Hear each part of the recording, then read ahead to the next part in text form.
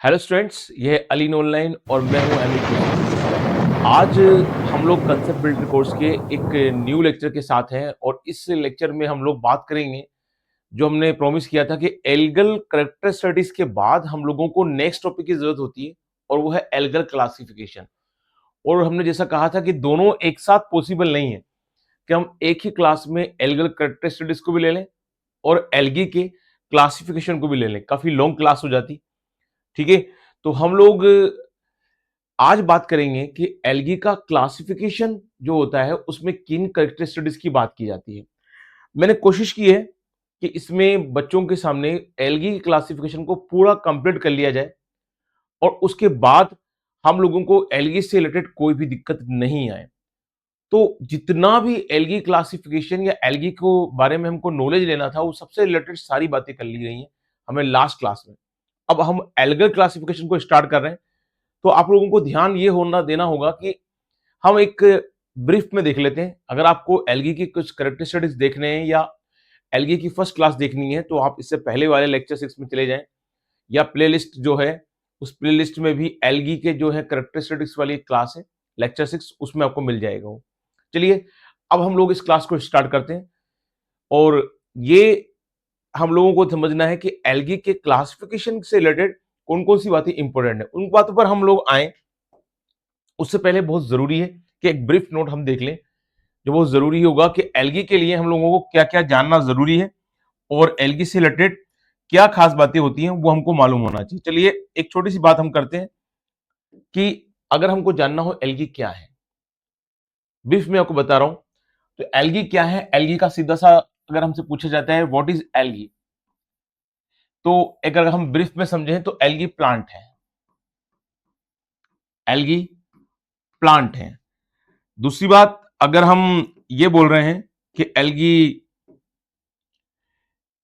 Plant हैं तो इनकी क्या स्पेशलिटी होती है प्लांट के लिए, इनकी बॉडी जो होती है, ठीक है, इनकी जो बॉडी होती है वो रूट स्टेम और लीफ में डिफरेंशिएट नहीं होती है। तो इस बॉडी को कहा जाता है थैलस। क्या कहा जाता है? थैलस। यानी जितने भी एल्गी होते हैं उनकी जो बॉडी होती है वो प्लांट रूट स्टेम और लीफ की जो कैरेक्टरिस्टिक्स होते हैं उनमें डिफरेंशिएट नहीं होती है।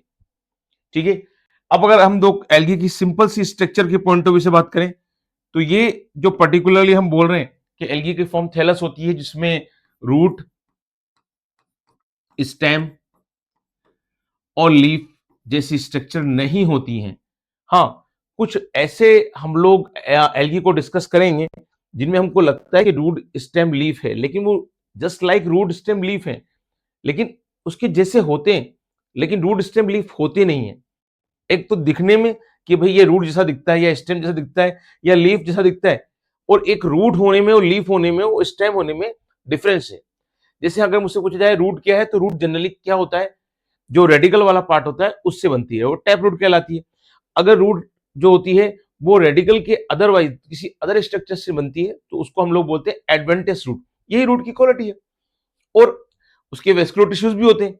लेकिन अगर हम बात कर रहे हैं कि पर्टिकुलरली इसमें कोई रूट है तो वो ऐसी रूट जैसी होगी नहीं। स्टेम क्या होता है, जो क्या होता है पर्टिकुलरली किसी भी प्लांट्स में प्लूम्यूल वाले पार्ट से क्या होता है, ओरिजिनेट होता है। अब ये उसकी स्पेशलिटी है। अगर वो स्पेशलिटी नहीं है तो वो रूट स्टेम जैसा लग सकता है लेकिन स्टेम होगा नहीं। ऐसे ही लीव्स वाला पार्ट होता है, वो नोड वाले पार्ट से निकलता है, कहाँ के, स्टेम की। तो ये कुछ पर्टिकुलर क्वालिटी है जो हम लोग प्लांट मोर्फोलॉजी वाले चैप्टर में देख ही लेंगे। लेकिन फिलहाल अभी हम लोग बात कर रहे हैं तो ये थैलस फॉर्म होती है जिसमें रूट स्टेम और लीफ नहीं होती है, ध्यान रखिएगा।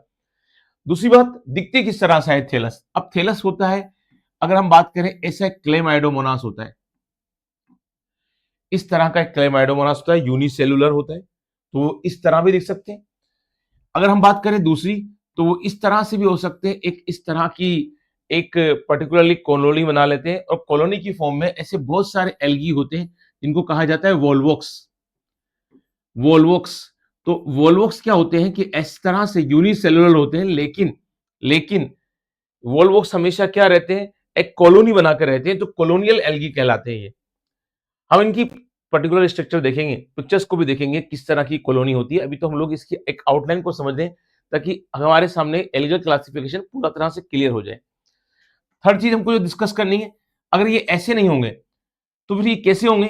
फिर ये पर्टिकुलरली क्या होंगे? इस तरह की फॉर्म में होंगे जहां एक मेन एक्सिस होगी और मेन एक्सिस से कुछ ब्रांचेस निकलेंगी और इन ब्रांचेस पे लीफ जैसी स्ट्रक्चर होगी। इस तरह से लीफ जैसी स्ट्रक्चर होगी, ठीक है, ऐसे लीफ जैसी स्ट्रक्चर होगी, तो ऐसा लगेगा ये प्लांट है ना, जिसमें रूट स्टेम और लीफ है, लेकिन वो लगता है ऐसा है कि रूट स्टेम लीफ है, ऐसा होता नहीं है।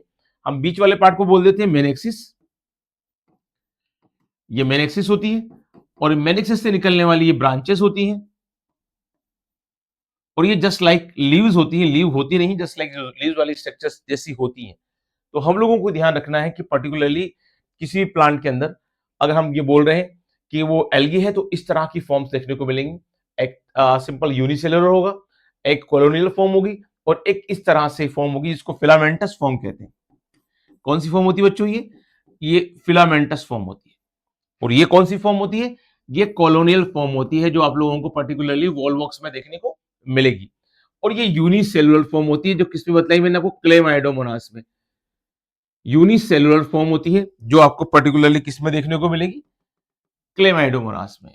यूनी इस सेलुलर फॉर्म होती है। तो इस तरह से आपको एल्गी की अलग अलग फॉर्म देखने को मिलेगी बच्चों। वो किस तरह की होती है ये आपके सामने। तो एल्गी क्या है ये आपको समझ में आ रहा है। अब एल्गी का कलर कैसा होता है? अगर हम बात करें इसकी बॉडी की, तो इसकी बॉडी में अगर हम कलर को लेकर चल रहे हैं तो कलर के लिए रेस्पॉन्सिबल क्लोरोफिल होता है। तो इसमें जनरली क्लोरोफिल ए मिलता है, क्लोरोफिल बी मिलता है, सी मिलता है, डी मिलता है और ई मिलता है। जिसमें से क्लोरोफिल ए यूनिवर्सल होता है, इसका मीन्स ये हुआ कि वो हर एल्गी में मिलता है। अब ए के साथ अगर बी मिल जाता है तो वो एल्गी हमेशा ग्रीन होते हैं और इनको जिस क्लास में रखा गया है वो क्लोरोफाइसी है, हम डील करने वाले हैं। अगर ए के साथ सी मिल जाता है तो ये एल्गी ब्राउन एल्गी होते हैं और ये एल्गी फियोफाइसी क्लास में रखे गए। ए के साथ अगर डी मिल जाता है तो ये एल्गी रेड होते हैं और इन एल्गी को रोडोफाइसी के साथ रखा गया है। तो ये कुछ पर्टिकुलर करेक्टर है, इतना ही हमको ध्यान रखना है। क्या बस तीन ही अलग एल्गी होते हैं? नहीं, अलग अलग भी होते हैं। ऐसे 11 क्लास होती है एल्गी की, लेकिन हमारी जो सिलेबस है उसमें 3 क्लासेस को डिस्कस किया गया है, क्लोरोफाइसी, फियोफाइसी और रोडोफाइसी। इसको हम डिस्कस करने ही वाले हैं, ठीक है। उसके बाद अगली बात हमको एल्गी में क्या ध्यान रखनी है? अगली बात ध्यान रखनी है एल्गी में, उस एल्गी के पर्टिकुलर पॉइंट ऑफ व्यू से रिप्रोडक्शन। रिप्रोडक्शन ये मैं आपको इसलिए बता रहा हूं ताकि आपको हर एल्गी के बारे में बेसिक मालूम रहेगा, तो आप लोग कभी भी कंफ्यूज नहीं होंगे, ठीक है। और फिर इसके साथ में इसकी स्ट्रक्चर बता दूंगा, अदर कलेक्टर बता दूंगा, ठीक है। तो रिप्रोडक्शन से पहले मुझे एक और चीज समझ में आती है कि जो आपको बताना बहुत जरूरी है, और वो चीज क्या है कि एल्गी की जो सेलुलर स्ट्रक्चर होती है, जो सेलुलर स्ट्रक्चर होती है, उस पर्टिकुलरली सेलुलर स्ट्रक्चर में आप लोग देखेंगे कि क्या देखने को मिलेगा। इस सेलुलर स्ट्रक्चर में सेल वॉल होगी और सेल वॉल के दो मेन कॉन्स्टिट्यूट होंगे, सेलुलोज और पेक्टिन। सेलुलोज और पेक्टिन, एक तो सेलुलोज होगा और एक पेक्टिन होगा। इसमें वेरिएशन आएगा, उस वेरिएशन को हम डिस्कस करेंगे जब ये क्लास को देखेंगे कि सेलुलोज पेक्टिन के साथ सेल वॉल में और क्या स्पेशलिटी होगी, ठीक है। उसके साथ न्यूक्लियस होगा और पक्की बात है कि न्यूक्लियस वेल डेवलप होगा तो ये सेल यूकैरियोटिक होगी, ठीक है। उसके साथ यहां पर क्या मिलेगा? क्लोरोफिल मिलेगा, और मैं बतला ही चुका हूं ये chlorophyll A, B, C, D और ई टाइप का होगा।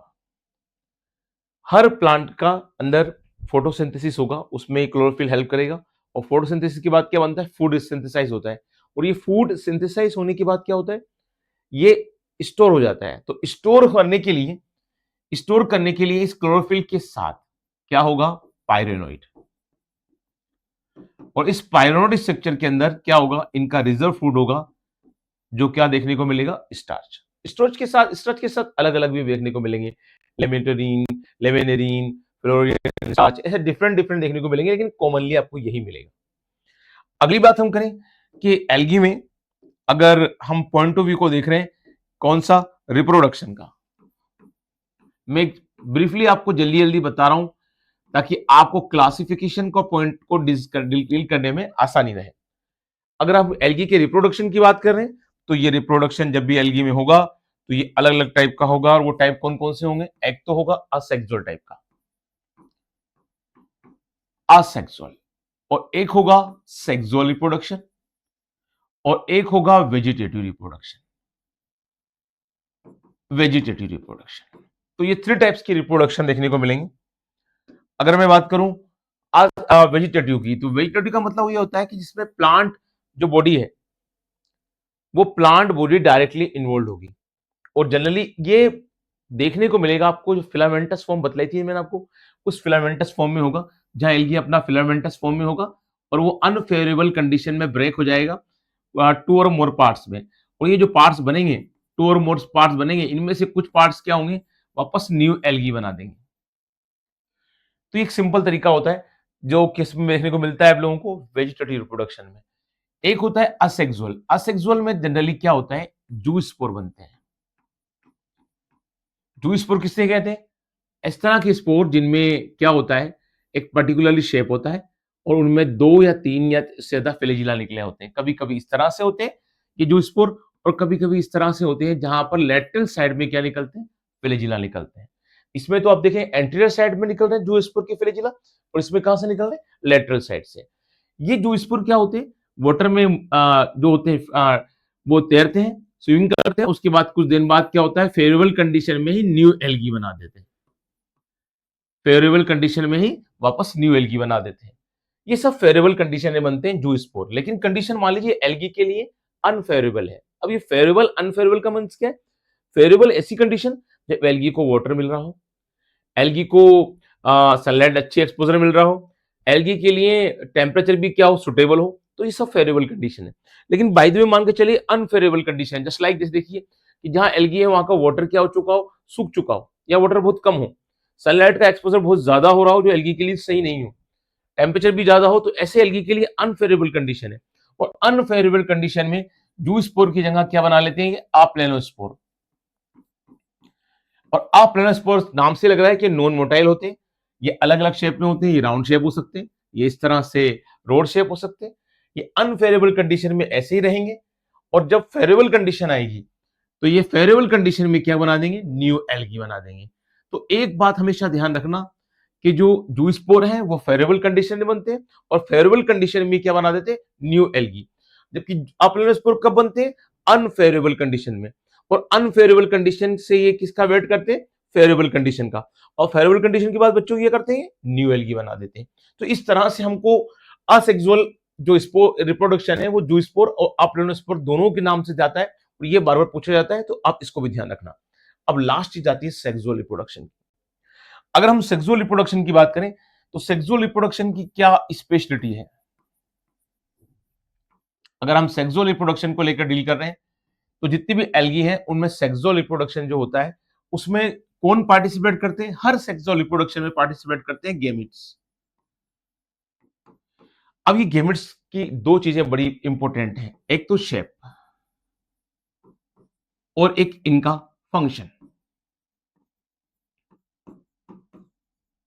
ठीक है, तो जितने भी आपको पर्टिकुलरली गेमेट्स मिलते हैं उन गेमेट्स का फंक्शन वो किस तरह से फंक्शनल है, और दूसरा उनका शेप किस तरह से, ये 2 चीजें बड़ी मैटर करती हैं। अगर एल्गी में शेप और फंक्शन यानी फंक्शनल और शेप दोनों सिमिलर हैं, ठीक है, ये दोनों कैसे सिमिलर हैं, यानी दोनों में कोई वेरिएशन नहीं है। मेल गेमिट और फीमेल गेमिट साइज में भी शेप सेम है और फंक्शन में भी सेम है। साइज की शेप की जगह साइज वर्ड भी यूज हो जाए तो कोई बड़ी बात नहीं है। तो साइज में भी सेम है और फंक्शन में भी सेम है। तो साइज और फंक्शन में अगर वो सेम है तो इस तरह से इस पर्टिकुलरली टाइप्स के हम सेक्सुअल रिप्रोडक्शन को आइसोगेमस कहेंगे। क्या कहेंगे, आइसोगेमस। लेकिन मान लीजिए जो एल्गी इसमें पार्टिसिपेट कर रहे हैं उनकी साइज डिफरेंट है। साइज कैसी है, डिफरेंट है। एक मेल गेमेट अलग है, फीमेल गेमेट अलग है।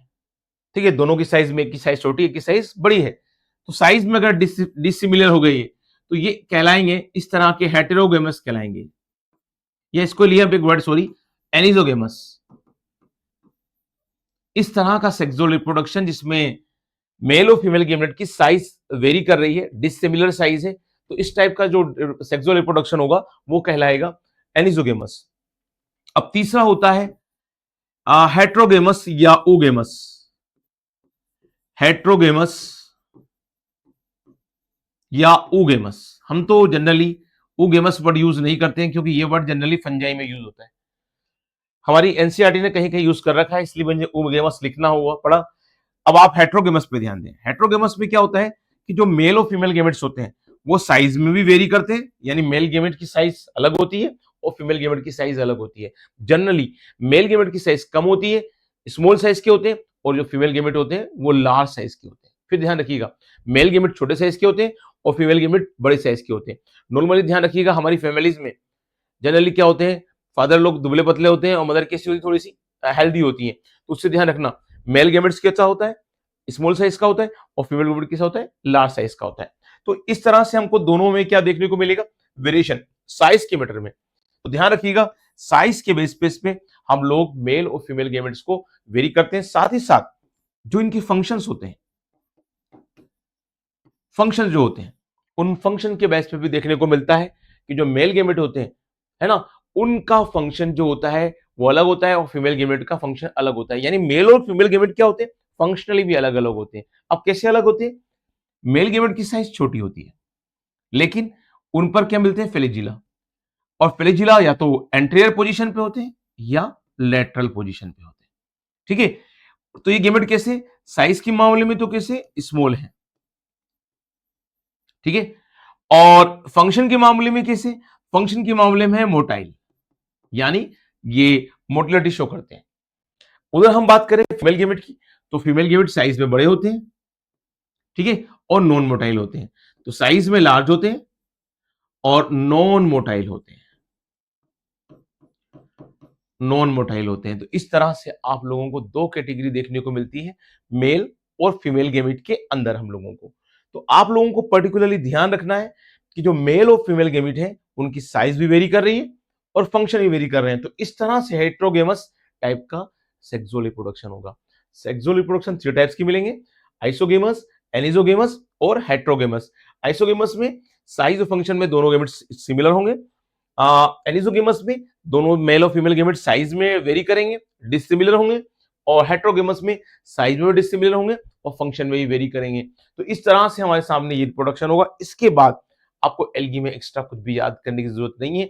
ये नॉर्मली करेक्टरिस्टिक्स के पॉइंट ऑफ व्यू से मैंने 15 मिनट में, 15 मिनट्स में आपको थोड़ी सी जैसी नॉलेज दे दी। अब मेन चीज आती है कि ये तो एल्गी की करेक्टरिस्टिक्स की बात हो गई, लेकिन एल्गी की जो क्लासिफिकेशन होता है वो मेन पार्ट है और उसी पार्ट को हमको डिस्कस करना है।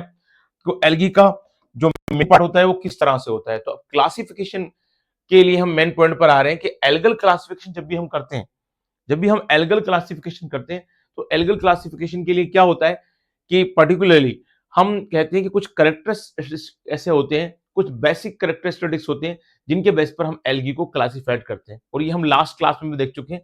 कौन कौन से करेक्टर है, फोटोसिंथेटिक पिगमेंट, यानी एल्गी में कौन सा पिगमेंट है, जिस एल्गी में जैसा पिगमेंट है उसकी वजह से उसका नाम दिया जाता है। जैसे मैंने आपको बताया था अभी, क्लोरोफिल ए के साथ क्या है, बी, तो वो एल्गी ग्रीन होंगे और ये क्लोरोफाइसी में आ जाएंगे। ये हमारी पहली क्लास है जो इसमें हम देख रहे हैं कि क्लोरोफाइसी और क्लोरोफाइसी वाले एल्गी कौन से, जिनमें पिगमेंट अलग अलग है। दूसरी बात, क्लोरोफिल ए के साथ अगर सी आ जाता है तो ये एल्गी कैसे होंगे, ब्राउन एल्गी होंगे। और ब्राउन एल्गी को किस ग्रुप में, क्लास में रखा गया है, फ्यूफाइसी में रखा गया है। क्लोरोफिल ए के साथ अगर डी आ जाता है तो ऐसी एल्गी रेड होंगे और इनको कहाँ रखा गया है, रोडोफाइसी के अंदर रखा गया है। तो इस तरह से 3 टाइप की एल्गी देखने को मिलेगी हम लोगों को, green algae, brown algae and red algae. इसी के साथ हमको एक बात और समझनी है कि अगला करेक्टरिस्टिक्स जो है वो सेल वॉल की कंपोजिशन है, कि सेल वॉल को बनाने के लिए कौन कौन से केमिकल है, एल्जीन है, या फिर सेलुलोज है, या पैक्टिन है, या कोई अन्य अदर केमिकल है जिसके थ्रू क्या होता है, सेल वॉल का कंपोजिशन होता है। तो दूसरा बेसिस क्या है, composition of cell wall. First क्या है, फोटोसिंथेटिक पिगमेंट। चलिए अब अगली बात करते हैं हम कि जितने भी एल्गी होते हैं उनका स्टोर फूड क्या है। मैंने बताया था आपको कि फोटोसिंथेसिस होता है, और फोटोसिंथेसिस से क्या होता है, ये अपना फूड सिंथेसाइज कर लेते हैं। अब जब फूड सिंथेसाइज कर लेते हैं तो वो फूड कौन सा होता है, मेन तो स्टार्च ही है, और वो स्टार्च की अलग अलग फॉर्म होती है, ठीक है, कहीं कहीं ऑयल ड्रॉपलेट्स भी होती हैं। तो इस बेस पर हम लोग क्या कहते हैं कि भाई एल्गी वेरी करते हैं। तो 3 बेसिक कैरेक्टरिस्टिक्स बच्चों क्या है, एक तो है फोटोसिंथेटिक पिगमेंट, एक सेल वॉल का कंपोजिशन और एक है स्टोर फूड। इस बेस पर एल्गी को 3 क्लासेस में क्लासिफाइड किया गया है। Green algae Chlorophyceae, brown algae Phaeophyceae, red algae Rhodophyceae. ये हमको ध्यान रखना है बच्चों, ठीक है, बड़ा सिंपल सा है। अगले की स्लाइड में बात करते हैं हम। और नेक्स्ट स्लाइड में हम देख रहे हैं कि एल्गी के अंदर पहली क्लास को हमको डिस्कस करना है क्लोरोफाइसी। जो किसी कैसी कैसी की क्लास है एल्गी की? ग्रीन एल्गी की क्लास है। और ग्रीन एल्गी क्यों है? कि क्लोरोफिल ए के साथ इनमें क्या मिलता है? क्लोरोफिल बी मिलता है। अब हर एल्गी में मेन कैरेक्टरिस्टिक्स होता है वो रहते कहां पर है, उनका हैबिटेट कौन सा है। तो अगर रहते कहां है, हैबिटेट की बात की जाए तो ये सब एल्गी कैसे होते हैं? एक्वाटिक होते हैं। एक्वाटिक में 2 तरह की कंडीशंस मिलती हैं, 2 टाइप्स की कंडीशन मिलती हैं। पहली तो ये होती है कि ये फ्रेश वाटर में होते हैं, या फिर ये कैसे होते हैं? मरीन वाटर में होते हैं। तो फ्रेश या मरीन 2 कंडीशन में देखने को मिलते हैं। तो ये एक्वाटिक होते हैं, दोनों हैबिटेट में मिल जाते हैं। थैलस कैसा होता है? अब एल्गी जो क्लोरोफाइसी की है उनका थैलस वेरी करेगा। या तो एक सेल का बना होगा, और जब एक सेल का थैलस बना होगा तो उसे कहेंगे यूनिसेलुलर, जैसा कि मैंने आपको स्टार्टिंग में बतलाया था, यूनिसेलुलर। ठीक है, जब एक का होगा, किसका एग्जांपल दिया था मैंने आपको? क्लेमाइडोमोनास का, अगर आपको स्टार्टिंग का मालूम हो तो। अगली बात कॉलोनियल, या फिर ये एल्गी क्या होंगे? अपनी थैलस फॉर्म को कॉलोनियल बना लेंगे। और उसका एग्जांपल मैंने स्टार्टिंग में क्या दिया था आपको? वोल्वॉक्स, जहां एक कॉलोनी बन जाती है। और वो कॉलोनी कैसी होती है मैं आपको पिक्चर्स में दिखाऊंगा। तीसरी फिलामेंटस फॉर्म, और फिलामेंटस फॉर्म में क्या होगा? एल्गी फिलामेंट की फॉर्म में होंगे। ठीक है, जिस तरह से हमारे हेयर होते हैं बिल्कुल वैसी तरह से फॉर्म में होंगे। तो ये फिलामेंटस फॉर्म होगी। तो एल्गी की अगर हम बात कर रहे हैं उसकी थैलस स्ट्रक्चर की, तो क्लोरोफाइसी में 3 टाइप्स की आपको स्ट्रक्चर देखने को मिलेंगी। एक तो यूनिसेलुलर, एक कॉलोनियल, और एक फिलामेंटस टाइप की एल्गी। ठीक है बच्चों, तो तीनों ध्यान रखिएगा। एक तो है यूनिसेलुलर, एक कॉलोनियल, और एक फिलामेंटस टाइप की। तो 3 टाइप्स के एल्गी पर्टिकुलरली आपको देखने को मिलते हैं। अब आते हैं कि इन एल्गी की स्ट्रक्चर कैसी होती है, सेलुलर स्ट्रक्चर कैसी होती है। तो हर एल्गी जो सेलुलर स्ट्रक्चर शो करता है, जैसा कि मैंने आपको बतलाया था, क्लोरोफाइसी की एल्गी में जिस तरह से मैंने ये ब्राउन शेप को लिया है, ये सेल वॉल है। और सेल वॉल का सबसे अंदर वाला पार्ट, सेलुलर का अंदर वाली जो सेल वॉल होती है वो सेलुलोज की बनी होती है। और सेलुलोज के बाद जो सेल वॉल का बाहर वाला पार्ट होता है, आउटर पार्ट, वो किसका बना होता है? पैक्टोस का बना होता है। ध्यान रखिएगा बच्चों, इसको याद कर लीजिएगा प्रियंका चोपड़ा की पीसी से, है ना, पीसी से, कि जो पैक्टोस होता है वो बाहर होता है, और जो सेलुलोज होता है वो सेल वॉल में कहां होता है बच्चों? अंदर की तरफ होता है। पैक्टोस कहां होता है? बाहर। और जो सेलुलोज होता है वो कहां होता है? अंदर। ये आपको ध्यान रखना चाहिए पर्टिकुलरली। एक खास बात और, क्योंकि कई बार करेक्टर स्टडीज से क्वेश्चन बन जाते हैं कि कौन सा करेक्टर स्टडीज क्लोरोफाइसी का नहीं है, या कौन सा करेक्टर स्टडीज सेल वॉल का नहीं है। तो इसलिए एक एक बात पर ध्यान देना है आप लोगों को। तो अगली खास बात कि सेल वॉल कैसी होती है? रिजिड होती है। तो क्लोरोफाइसी की सेल वॉल रिजिड होती है, आउटर से बनी होती है पैक्टोस की, इनर सरफेस बनी होती है सेलुलोज की। That's all. अगर अंदर चलते हैं अपन, तो अंदर आपको वही साइटोप्लाज्म मिलेगा। ये साइटोप्लाज्म है, इसमें कोई स्पेशलिटी नहीं है ना। उसके बाद ये न्यूक्लियस है, यूकैरियोटिक न्यूक्लियस होता है, हम जानते हैं। उसके बाद हम लोगों ने एक सिंबोलिक स्ट्रक्चर बना दी कि सपोज कीजिए ग्रीन ग्रीन स्ट्रक्चर कौन है? इनका क्लोरोप्लास्ट है। ठीक है, और क्लोरोप्लास्ट के अंदर ये जो आपको दिखा रहे हैं इस कलर में, ये कौन है? इनके पायरेनोइड है। कौन है? पायरेनोइड। तो क्लोरोप्लास्ट के साथ कौन मिलता है? पायरेनोइड। और पायरेनोइड का काम क्या होता है? पायरेनोइड का काम होता है स्टार्च सिंथेसिस करना, कि जो फूड स्टार्च एल्गी में सिंथेसिस होगा वो पायरेनोइड के साथ मिलेगा। फिर सुनिए आप, कि जो फोटोसिंथेसिस के थ्रू फूड सिंथेसाइज करेंगे एल्गी, तो वो फूड क्या होगा? स्टार्च। और वो स्टार्च कहाँ रहेगा? इस पायरेनोइड के साथ रहेगा। ठीक है, एक खास बात और, कि जो क्लोरोप्लास्ट में अपन ने बनाएंगे पायरेनोइड, इनका नंबर कितना होता है? 1 और मोर। यानी 1 भी हो सकते हैं, 2 भी हो सकते हैं, 3 भी हो सकते हैं, 4 भी हो सकते हैं, या उससे ज्यादा भी हो सकते हैं। तो क्या होता है क्लोरोप्लास्ट के अंदर? क्या होता है? पायरेनोइड होता है। और ये पायरेनोइड का नंबर 1 और मोर हो सकता है। That's all. और पायरेनोइड का काम क्या होता है? ये इनके साथ जो एल्गी होते हैं क्लोरोफाइसी के, उनका जो फूड होता है स्टार्च, उसको सिंथेसिस करना। अगली बात जो बहुत स्पेशल है, एल्गी में क्या होता है? ये जो क्लोरोफिल या क्लोरोप्लास्ट है, ये डिफरेंट डिफरेंट शेप का मिलता है। और ये डिफरेंट डिफरेंट शेप्स अलग अलग एल्गी में अलग अलग होते हैं। कुछ एल्गी में क्लोरोप्लास्ट का शेप होता है डिस्क जैसा, कुछ एल्गी में होता है प्लेट जैसा, कुछ एल्गी में क्लोरोफिल होता है कप जैसा, कुछ एल्गी में होता है रेटिकुलेट, यानी डिस्क, जिस तरह से डिस्क होती है उस तरह से पर्टिकुलर डिस्क शेप में होता है। ठीक है, प्लेट शेप बिल्कुल पर्टिकुलरली प्लेट शेप में होता है। कप शेप में एल्गी में क्लोरोप्लास्ट ऐसे कप पर्टिकुलर कप शेप में होता है। और रेटिकुलेट में एल्गी में क्लोरोप्लास्ट इस तरह का रेटिकुलेट स्ट्रक्चर बना लेता है नेट जैसी। ठीक है, अगला है रिबन शेप, तो रिबन शेप में पर्टिकुलरली इस तरह से आपको मिलेगा। मैं कुछ एग्जांपल दिखाऊंगा आप लोगों को जिसमें ऐसे रिबन जैसा होगा। पर्टिकुलर रिबन जैसा कैसा, इस तरह से रिबन जैसा एल होगा। और बात करें हम स्पाइरल, स्पाइरल में इस तरह से पर्टिकुलरली घूमता हुआ इस तरह से आपको क्या मिलेगा, क्लोरोफिल मिलेगा। तो ध्यान रखिएगा एल्गी जो होते हैं अलग अलग में अलग अलग टाइप के क्लोरोफिल होते हैं, किसी में स्पाइरल, किसी में रिबन शेप, किसी में डिस्क, प्लेट, कप और रेटिकुलेट। और ये अलग अलग एल्गी की खासियत है ना। तो इनको मैं डिस्कस करने की जरूरत नहीं है, लेकिन इसमें सब बहुत सारे अलग अलग एग्जाम्पल होते हैं। प्रेजेंट सिलेबस में किसी भी जो होता है आप लोगों के सामने जो क्लोरोफिल की अलग अलग शेप्स हैं उनसे कोई क्वेश्चन नहीं आता है कि भाई किस कौन से एल्गी में कौन सा शेप मिलता है। बस आपको ये ध्यान रखना है कि क्लोरोफाइसी का जो क्लोरोफिल है वो अलग अलग शेप में मिलता है, दैट्स ऑल। ठीक है, ये तो हमको ध्यान रखना चाहिए। और यहीं से क्लोरोफाइसी जो है उसकी जो मेन कैरेक्टरिस्टिक्स है वो हो गए। अब आते हैं हम इसके कि जितने भी क्लोरोफाइसी होते हैं रिप्रोडक्शन कैसे होता है, रिजर्व फूड क्या होता है। तो सबसे पहले हम बात करें रिजर्व फूड की, तो हमने पहले ही याद कर रखा है कि क्लोरोफाइसी का रिजर्व फूड क्या होता है, स्टार्च। इसी के साथ इनमें क्या मिलता है, ऑयल ड्रॉपलेट ही मिलता है, दोनों ही मिलते हैं।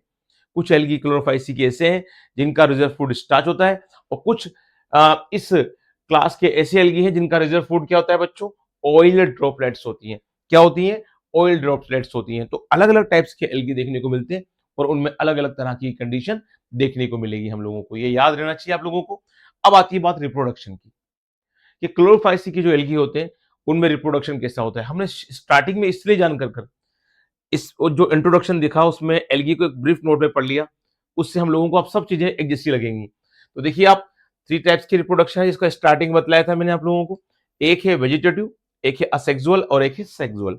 और जैसा कि मैंने बतलाया था कि असेक्सुअल रिप्रोडक्शन का पहला तरीका होता है फ्रेगमेंटेशन। फ्रेगमेंटेशन का मतलब क्या है, एल्गी जो होते हैं वो फिलामेंटस फॉर्म में होते हैं और उन एल्गी की जो बॉडी होती है वो 2 या 3 पार्ट्स में क्या हो जाती है, ब्रेक डाउन हो जाती है, फ्रेगमेंटेड हो जाती है। ठीक है, तो अब मान लीजिए ये कोई एल्गी है और इस एल्गी की बॉडी अनफेवरेबल कंडीशन में क्या हुआ, इन 3 पार्ट्स में टूट गई या इससे ज्यादा पार्ट में फ्रेगमेंटेड हो गई। तो जितने पार्ट में फ्रेगमेंटेड, अब इसमें से कुछ पार्ट मान लीजिए पार्ट 2 और 3 ने क्या बना दिया, न्यू एल्गी बना दिया। क्या बना दिया, न्यू एल्गी। कब बना दिया, जब ये एल्गी का जो मेन पार्ट था वो 2, 3, 4, 5, 6 ऐसे अलग अलग पार्ट्स में क्या हो गया, फ्रेगमेंटेड हो गया। अब इन पार्ट्स में से कुछ पार्ट्स ने क्या कर दिया, न्यू एल्गी बना दिया। तो ये फ्रेगमेंटेशन का तरीका है। अगला हमारे सामने स्पोर फॉर्मेशन। कुछ एल्गी क्या होते हैं, स्पोर फॉर्मेशन कर लेते हैं और वो स्पोर क्या होते हैं, जब जर्मिनेट करते हैं तो वो न्यू एल्गी बना देते हैं। तो ये जनरली बहुत कम देखने को मिलता है, लेकिन क्लोरोफाइसी में स्पोर फॉर्मेशन भी होता है। वे कौन से रिप्रोडक्शन में, वेजिटेटिव रिप्रोडक्शन में। और सीधी सी बात है कि किसे कहते हैं वेजिटेटिव रिप्रोडक्शन, जिसमें एल्गी या कोई प्लांट बॉडी डायरेक्टली पार्टिसिपेट करती है किसके अंदर, रिप्रोडक्शन के अंदर। तो ध्यान रखिएगा वेजिटेटिव रिप्रोडक्शन जो होता है उसमें क्या होता है कि प्लांट बॉडी जो होती है वो डायरेक्ट पार्टिसिपेट करती है। तो ये अपन को ध्यान रखना है।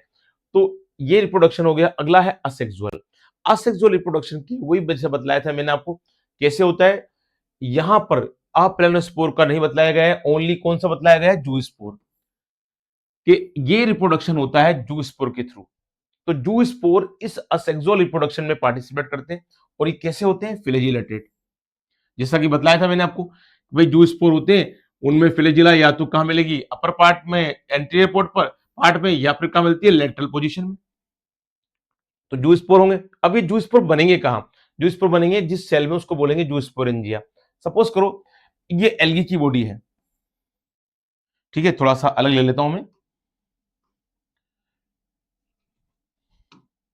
सपोज कीजिए ये एल्गी की बॉडी है, ये किसी एल्गी की बॉडी है। उसके न्यूक्लियस और साइटोप्लाज्म में डिवाइड हुए जिसमें से कुछ सेल्स ऐसी बन गई।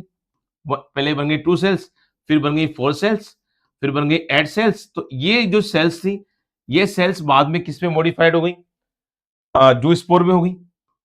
तो इस सेल के अंदर आप देख रहे हैं ऐसे बहुत सारे जूस्पोर बन गए। तो ये सेल अब क्या कहलाएगी, जूस्पोरेंजिया। क्या कहलाएगी बच्चों, जूस्पोरेंजिया, क्योंकि इसके अंदर क्या बन रहे हैं, जूस्पोर बन रहे हैं। तो इस तरह से अगर आप देखते हैं कि पर्टिकुलरली एल्गी जो होते हैं स्पोरेंजिया, वो सेल जिसमें जूस्पोर बन रहे हैं उसको जूस्पोरेंजिया कहते हैं।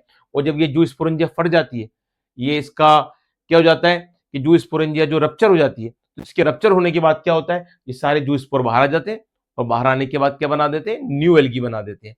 जो भी एल्गी था वही एल्गी दोबारा बना देंगे। तो जूस्पोरेंजिया क्या होती है? वो सेल जिसमें जूस्पोर बन रहे हैं, वही जूस्पोरेंजिया जब रप्चर हो जाता है इसका, ये ब्रेक डाउन हो जाती है या फट जाती है, तो ये सारे जूस्पोर बाहर आ जाते हैं और बाहर आने के बाद न्यू एल्गी बना देते हैं। अगली कंडीशन है सेक्सुअल रिप्रोडक्शन की, और वो जैसा कि मैंने बताया था आपको, ये आइसोगेमस, एनिसोगेमस और हेट्रोगेमस टाइप का होता है। आइसोगेमस, एनिसोगेमस और हेट्रोगेमस टाइप का होता है। ठीक है बच्चों, तो ये ध्यान रखना है, इसमें कुछ खास बात है ही नहीं। अब अगली स्लाइड पे आ जाते हैं, और अगली स्लाइड में हम देख रहे हैं कि आइसोगेमस, एनिसोगेमस और हेट्रोगेमस को जैसा कि हमने पढ़ा था, उसको एक बार हम और क्लियर कर लेते हैं कि इसमें होता क्या है। आइसोगेमस में इक्वल साइज के जो फ्लैजिलेटेड गैमेट्स होते हैं वो पार्टिसिपेट करते हैं, किसमें? सेक्सुअल रिप्रोडक्शन में। देखिए दोनों इक्वल साइज के और दोनों में क्या है? फ्लैजिला है, यानी फंक्शनल भी दोनों सेम है और साइज में भी शेप है। दोनों का साइज देखिए सेम है और दोनों के फंक्शन सेम है, क्योंकि दोनों ही मोटाइल हैं, दोनों में ही फ्लैजिला है। तो हमने यहां लिखा भी है इक्वल साइज फ्लैजिलेटेड गैमेट्स। किसमें की बात कर रहे हैं हम लोग? किसको डील कर रहे हैं बच्चों? आइसोगेमस सेक्सुअल रिप्रोडक्शन को डील कर रहे हैं। ठीक है, तो देखिए इस तरह से। और किसका एग्जांपल क्या है? क्लेमाइडोमोनास। ये हमको ध्यान रखना है, ये हम भूल जाएंगे कि आइसोगेमस इक्वल साइज के फ्लैजिलेटेड जो गैमेट्स होते हैं, वो जिस रिप्रोडक्शन में क्या होते हैं? पार्टिसिपेट करते हैं, वो किस में देखने को मिलता है? क्लेमाइडोमोनास में। अगली बात, अगर दो गैमेट फ्यूजन कर रहे हैं, दो गैमेट में क्या हो रहा है? फर्टिलाइजेशन हो रहा है, लेकिन दोनों गैमेट कैसे हैं? इक्वल साइज के हैं, लेकिन दोनों में फ्लैजिला नहीं है। इसका मतलब दोनों क्या है? नॉन मोटाइल है। यहाँ प्लस गैमेट या मेल गैमेट भी कैसा है? Non motile. और फीमेल गैमेट या माइनस गैमेट भी कैसा है? Non motile. और दोनों गैमेट जब फ्यूजन करते हैं तो न्यू जनरेशन बनती है। तो यहाँ आप देखेंगे equal size non flagellated gametes क्या होते हैं? उनका फ्यूजन होता है, और इसका एग्जाम्पल है स्पाइरोगाइरा। ध्यान रखिएगा, भूलिएगा मत।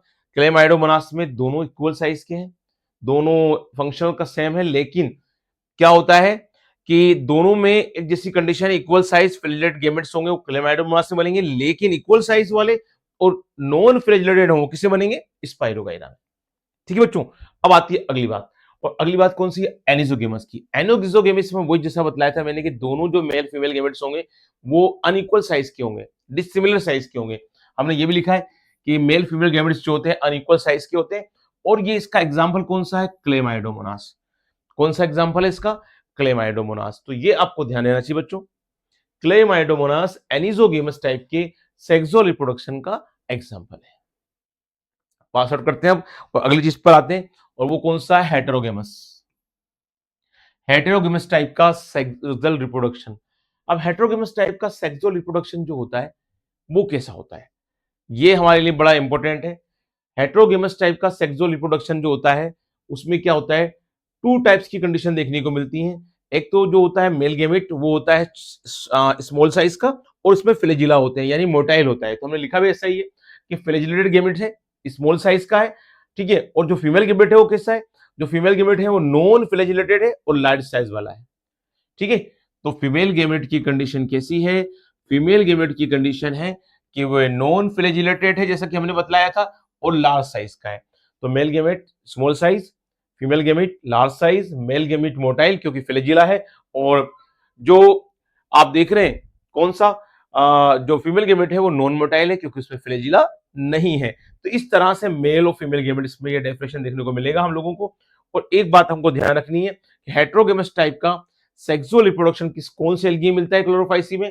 फ्यूकस और वोलवॉक्स। फ्यूकस और वोलवॉक्स, तो इसको आप ध्यान रखें किससे? वीएफ से। आजकल एक टेक्नोलॉजी चलती है वीएफएक्स, उस वीएफएक्स में से आप वीएफ को ध्यान रखेंगे, वो किसमें है? हेटेरोगेमस में। और एनिसोगेमस में कौन सा एग्जांपल ध्यान रखेंगे आप? एनिसोगेमस में ध्यान रखेंगे क्लेमाइडोमोनास, एसी में, एसी एनिसोगेमस में क्लेमाइडोमोनास, हेटेरोगेमस में वीएफएक्स का VF, V for Volvox, F for Fucus, that's all. और किसी कंडीशन आइसोगेमस में क्लेमाइडोमोनास और स्पाइरोगाइरा, यानी सीएस, सीएस क्लेमाइडोमोनास और क्या है? स्पाइरोगाइरा। तो सीएस कौन सा? आइसोगेमस। एसी कौन है? एनिसोगेमस। और हेटेरोगेमस की कंडीशन क्या है? वीएफ। क्या है? वीएफ। ये आपको ध्यान रखना है इसके एग्जाम्पल के पॉइंट ऑफ व्यू से। इसको एक बार अच्छी तरह से रिवाइज करिएगा और इसका ये एग्जाम्पल ध्यान रखिएगा। अब एक काम करते हैं कि इनके नाम जो सुन रहे हैं हम, इनकी पिक्चर देख लेते हैं कि कौन सा एल्गी जो होता है, जिनके नाम आ रहे हैं, एग्जाम्पल्स आ रहे हैं, उनकी पिक्चर्स देख लें। देखो पहला पिक्चर हम अगर देखें तो वो है सबसे पॉपुलर एल्गी की जो यूनिसेलुलर होता है और वो है क्लेमाइडोमोनास। क्लेमाइडोमोनास को देखिए, दोनों पिक्चर क्लेमाइडोमोनास की बिल्कुल पेयर शेप का है, नाशपाती जैसा पेयर शेप, ठीक है। और इस शेप में आप देख रहे हैं ये बीच का पार्ट है, ये न्यूक्लियस है इनका। जो बीच का पार्ट है ये न्यूक्लियस है। मैं कलर चेंज करता हूं जिससे आपको वो बात क्लियर हो कि मैं क्या बोलना चाह रहा हूं। ये वाला जो पार्ट देख रहे हो आप, ये वाला पार्ट, ये इनका न्यूक्लियस है, ठीक है। और आप देखिए ये जो आप देख रहे हैं कप शेप, ग्रीन ग्रीन, ये पूरा इनका क्लोरोफिल है।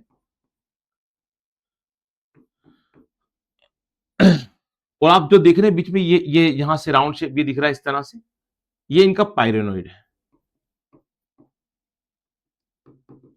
ठीक है। और यहां आप जो देख रहे हैं ये फ्लैजिला निकल रहे हैं, ये टू क्या है, ये फ्लैजिला है। क्या है बच्चों, ये फ्लैजिला है, एंटीरियर पोजीशन से निकल रहे हैं। और ये यहां से ही फ्लैजिला ओरिजिनेट हो रहे हैं। सेम स्ट्रक्चर आपको देखने को मिल रही है यहां से। और ये दो स्ट्रक्चर देख रहे हैं, ये वक्यूल्स हैं। क्या है, वक्यूल है। तो इस तरह से आप लोगों को देखने को मिलेगा कि जो एल्गी होंगे, जो क्लेमाइडोमोनास होगा वो पियर शेप का होगा, टू फ्लैजिला इससे निकलेंगी सिमिलर साइज की, अंदर कप शेप क्या होगा, क्लोरोप्लास्ट होगा, और ये न्यूक्लियस होगा। ये स्ट्रक्चर इसकी सिमिलर स्ट्रक्चर आपको यहां देखने को मिल रही है। आराम से आप पोज कर कर इस पूरी पिक्चर को देख सकते हैं। अगला जो एल्गी है बड़ा पॉपुलर है, और वो एल्गी है कौन सा, हम लोगों का ये वाला एल्गी, इसकी दो पिक्चर आपको देखने को मिल रही है। इसको कहते हैं वोल्वोक्स। अगर यूट्यूब पर कोई वीडियो देखेंगे वोल्वोक्स का, तो वोल्वोक्स आप टाइप कीजिए और यूट्यूब पर उस वीडियो को देखिए, आपको बिल्कुल लाइव पिक्चर दिख जाएगी जहां पर वोल्वोक्स वाटर में इस तरह से मूव करेगा, ऐसे मूव, वाटर में इस तरह मूव करते जाता है, इसलिए इसको बोलते हैं rolling ball algae. Rolling ball algae, ऐसी बॉल जो रोलिंग करती जाती है, रोलिंग बॉल एल्गी। ये बड़ा पॉपुलर नेम है लेकिन ये आती नहीं है क्वेश्चंस, है ना। मैं आपको कई चीजें बता सकता हूँ क्योंकि हमने तो लॉन्ग लॉन्ग क्लासेस ली हैं, BSc first year, second year, final, है ना, अलग अलग क्लासेस, एमएससी, तो बड़े बड़े लेवल पे हमने पढ़ाया है, तो हम लोग उस हिसाब से बता सकते हैं। लेकिन इतना डीप स्टडी आपके आती नहीं है तो उसको बताना बेकार है। कई टीचर स्मार्ट बनने के लिए करते हैं और आजू बाजू की बातें कर लेते हैं। कई कोचिंग्स क्या करती हैं, ऐसी शीट्स दे देती है जिसमें जो मैटर दे देते हैं वो किसी काम का ही नहीं है। आपको फिजिक्स भी पढ़ना है, केमिस्ट्री पढ़ना है, बॉटनी भी लेना है, जूलॉजी भी डील करना है, और आपको एक्स्ट्रा बताया जा रहा है जो एग्जाम में आता ही नहीं है। तो इसी शीट्स, ऐसे नोट्स किसी काम के नहीं है। हमें उसको लिमिट में देखना है कि जितना हमारे सिलेबस में और जो हमारे नेट एग्जाम में आता है या 11th-12th में आता है, उतना ही हमको बोर्ड या स्टेट बोर्ड या सीबीएसई बोर्ड के हिसाब से या नेट के हिसाब से पढ़ना है बच्चों, ठीक है। चलो यहाँ ध्यान देते हैं। तो ये आपको क्या देखने को मिल रहा है, तो ये पर्टिकुलरली वॉल्वॉक्स की एक कॉलोनी है। उस कॉलोनी में ये बहुत सारे आपको ये वॉल्वॉक्स दिख रहे हैं, ये वॉल्वॉक्स है। ये पर्टिकुलरली एक कॉलोनी हो गई, इस कॉलोनी में ये वॉल्वॉक्स है। तो इस तरह से ये वोल्वोक्स जो होता है कॉलोनियल जो एल्गी होता है, और इसकी जो ये बॉल होती है, बॉल क्या करती है, रोलिंग करती है वाटर में और तैरता रहता है ये, तो इसको रोलिंग बॉल एल्गी कहते हैं। तो यूनिसेलुलर एल्गी होता है जो जनरली क्या होता है, कॉलोनियल फॉर्म में होता है, ठीक है बच्चों। ये आपको ध्यान रखना है, कॉलोनियल फॉर्म एल्गी कौन सा होता है, वोल्वोक्स, और इस तरह का दिखता है। ये वोल्वोक्स है, ध्यान रखिएगा, ये वोल्वोक्स है ना, ये वोल्वोक्स हैं, ये वोल्वोक्स हैं। तो इस तरह से ये वोल्वोक्स होते हैं जो एक पर्टिकुलरली क्या बना देते हैं, बॉल बना लेते हैं, और ये पूरी कॉलोनी जो होती है वाटर में एक साथ मूव करती है। अब अगला एल्गी जो है इसका नाम बार बार आ रहा था, स्पाइरोगैरा। स्पाइरोगैरा में देखिए आप, इस तरह से स्पाइल फॉर्म में एल्गी की क्या है, क्लोरोप्लास्ट है ना। ये क्लोरोप्लास्ट जो होता है इस तरह से आप देख रहे हैं कि ये क्लोरोप्लास्ट इस तरह से स्पाइरल फॉर्म में है, ऐसा ऐसा स्पाइरल फॉर्म में है। और इस क्लोरोप्लास्ट के साथ आप जो देख रहे हैं पर्टिकुलरली जो डॉट्स लगी हुई हैं, ये डॉट्स अगर आपको साफ दिख रही होंगी, तो ये डॉट्स जो इस पर्टिकुलरली इस क्लोरोप्लास्ट के साथ ऐसी दिख रही हैं आपको, इस तरह की डॉट्स। ये डॉट्स क्या है, ये डॉट्स पर्टिकुलरली क्लोरोप्लास्ट में मिलने वाले पायरेनोइड्स हैं। उसके बाद आप देख रहे हैं ये बीच में न्यूक्लियस है और ऐसी स्ट्रक्चर है, इस तरह का ये एल्गी है ना। इस तरह का फिलामेंटस फॉर्म में होता है, इस तरह का फिलामेंटस फॉर्म में होता है जो ब्रांच नहीं होता, अनब्रांच्ड फॉर्म होती है। फिलामेंटस जिसमें कोई ब्रांच नहीं मिलती, उस तरह का एल्गी होता है स्पाइरो वगैरह, बिल्कुल ऐसा। और ये सेलुलर स्ट्रक्चर में इस तरह दिखता है, ठीक है। अगला एल्गी देख रहे हैं आप स्पाइरो वगैरह के बाद, यूलोथ्रिक्स। यूलोथ्रिक्स, ये यूलोथ्रिक्स है जिसमें रिबिन शेप क्लोरोप्लास्ट है, ये रिबिन शेप, ये रिबिन शेप क्लोरोप्लास्ट है, और ये बीच में न्यूक्लियस है। तो इस तरह से आपको देखने को मिल रहा है यूलोथ्रिक्स का। ये भी कैसा होता है, यूलोथ्रिक्स भी ऐसा एल्गी होता है जो कैसा होता है, अनब्रांच्ड होता है, ठीक है, और कैसा होता है, फिलामेंटस फॉर्म में होता है। और ये एल्गी पर्टिकुलरली नीचे क्या होता है, जो वाटर बॉडी होती है उसके नीचे एक इस तरह की स्ट्रक्चर बना लेता है, इसको बोलते हैं होल्ड फास्ट। जैसे आपने देखा हो ना पंखे होते हैं, टेबल फैन या लॉन्ग लॉन्ग फैन, इसके नीचे का पार्ट कैसा होता है, होल्ड करने के लिए बड़ा बड़ा चौड़ा सा पार्ट होता है, ब्रॉड पार्ट, वैसे की वैसे होल्ड फास्ट होता है। और होल्ड फास्ट क्या करता है इन एल्गी को क्या करता है, वाटर में, वाटर बॉडी के बॉटम में होल्ड रखता है, तो होल्ड फास्ट देखने को मिलता है। उसके बाद सीधी सी एक्सेस निकल जाती है, जिसके कहीं ब्रांच नहीं होता। तो यूलोथ्रिक्स हो या स्पाइरो वगैरह हो, ऐसी फिलामेंटस एल्गी हैं जो ब्रांच नहीं होती बच्चों, ठीक है। तो ये कुछ स्ट्रक्चर थी। एक एल्गी और देखिए जो बड़ा पॉपुलर है, इसका कारा। ये कारा है, कारा में ये फिलामेंटस फॉर्म होती है, ये देखिए इस तरह से, इस तरह से फिलामेंटस फॉर्म होती है जो ब्रांच होती है आपके सामने। और इस पर क्या होते हैं, इस तरह से कौन सी फॉर्म में, लीफ फॉर्म में ऐसी लीव्स निकलती हैं, जो लीव्स होती नहीं है लेकिन लीफ जैसी दिखती है, ठीक है। और या इनकी जो होती हैं, इन लीव्स के साथ या इनकी गेमेटेंजिया होते हैं। जैसे गेमेटेंजिया में मेल गेमेटेंजिया को बोलते हैं एंथ्रेडियम, और फीमेल गेमेटेंजिया को बोलते हैं ओगोनियम, ठीक है। तो वो पर्टिकुलरली देखने को मिलता है इस तरह से आपके कौन से एल्गी होते हैं, कारा, ठीक है। तो ये ध्यान रखना, कारा कैसा होता है, क्लेमाइडोमोनास कैसा होता है, यूलोथ्रिस कैसा होता है, स्पाइरो वगैरह कैसा होता है, और पर्टिकुलरली वोल्वोक्स किस तरह से होता है। इस तरह से इन एल्गियों के बारे में आपको जस्ट मालूम रहना चाहिए। अब अगली बात अगर हम कर रहे हैं क्लोरोफाइसी के बाद, तो क्लोरोफाइसी के बाद अगला एल्गी है जो ब्राउन एल्गी होते हैं, फियोफाइसी। अब फियोफाइसी एल्गी में देखिए हैबिटेट क्या है, मरीन हैबिटेट के होते हैं ज्यादातर ये, ठीक है। एक्वाटिक तो होते हैं लेकिन मरीन हैबिटेट इनकी पहचान है। ब्राउन एल्गी क्यों होते हैं, क्योंकि मैंने बताया था आपको क्लोरोफिल ए के साथ इनमें क्या मिलता है, क्लोरोफिल सी मिलता है। तो क्लोरोफिल ए और सी दोनों प्रेजेंट होते हैं, इसलिए ये ब्राउन एल्गी होते हैं। थैलस कैसा होता है, तो थैलस पर्टिकुलरली फिलामेंटस फॉर्म में होता है। थैलस किसी फॉर्म में होता है बच्चों, फिलामेंटस फॉर्म में होता है। और थैलस में दो कंडीशन होती हैं, या तो थैलस बिल्कुल सिंपल ब्रांच होता है, सिंपल ब्रांच, या फिर डेंस ब्रांच होता है। तो ये एनसीईआरटी की टैगलाइन है कि जो थैलस होता है वो फिलामेंटस फॉर्म में ही होता है। क्लोरोफाइसी की तरह यूनिसेलुलर या रोलिंग बॉल एल्गी वोल्वस की तरह नहीं होता। अनब्रांच्ड और ब्रांच में दोनों होते हैं क्लोरोफाइसी में, तो यहां लेकिन फियोफाइसी में ओनली कैसा होता है, ब्रांच्ड होती है फॉर्म। और अगली बात, ब्रांच भी दो तरह की होती है, एक सिंपल ब्रांच और एक बहुत सारी डेंस ब्रांच। सिंपल ब्रांच में हमने एग्जांपल दिया है जो कि उसका है एक्टोकार्पस, और इसकी पिक्चर है एक्टोकार्पस की, जहां आप देख रहे हैं कि ये मेन एक्सिस है और यहां से बहुत सारी ब्रांच निकल रही है है ना। तो ये पर्टिकुलरली आपको देखने को मिलेगा किसमें, एक्टोकार्पस की सिंपल ब्रांच फॉर्म में। तो इस तरह से और डेंस ब्रांच फॉर्म भी देखने को मिलती है। डेंस ब्रांच किसमें देखने को मिलती है बच्चों, कैल्प में।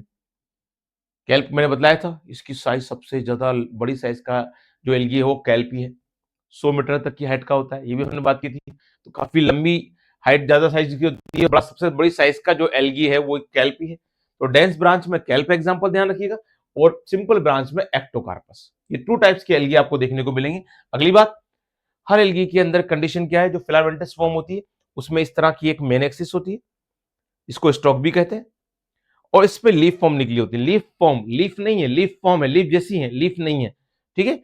और एक आपको मिलने को देखने को मिलता है सबस्ट्रेटम या होल्ड फास्ट, सबस्ट्रेटम या होल्ड फास्ट, जिस पर ये एल्गी क्या होते हैं, किसी भी बेस पर टिके रहते हैं, ठीक है, आगे मूव नहीं करते, एक ही जगह पर स्टेबल होते हैं।